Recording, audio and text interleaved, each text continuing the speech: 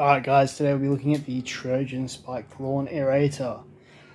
So yeah, pretty simple one. We're going to do some aerating and some fertilization today, so let's see how we go.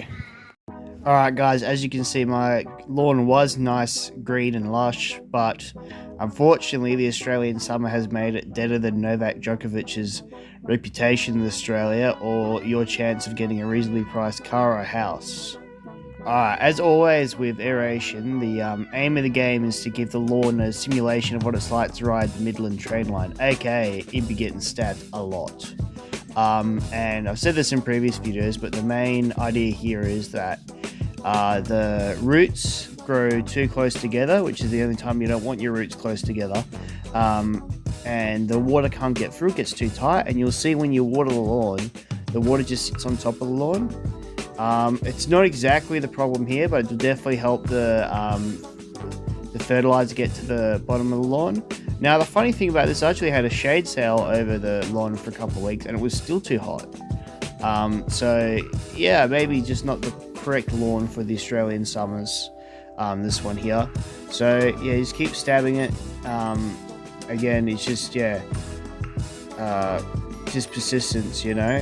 It's quite a physical tool to use, but you'll see here that I actually change up how I use this tool. As per usual, I was going around the sun to get to the moon. You don't need to use your forearms like that. You'll see that I kind of figure out, oh, I can just step on it and pull it up just a little bit. That's what I'll do from now on. But yeah, it's a really good tool. Like, I felt like with the boots, the Saxon boots, that the spikes just weren't going down far enough. And unfortunately, yeah, this is kind of more of a reasonable way to use it. But yeah, I felt like the boots just weren't getting down further enough. And when I tell you to drop it low, it needs to be dropped low. None of this shit. So yeah, it just wasn't getting down far enough. I just felt like it wasn't getting proper aeration, so that's why we've changed it up a bit here.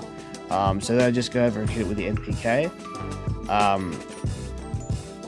and yeah, this is actually Hortico lawn fertilizer, not the NPK one, like the spud share one. I just keep using the same bucket because it's nice and convenient.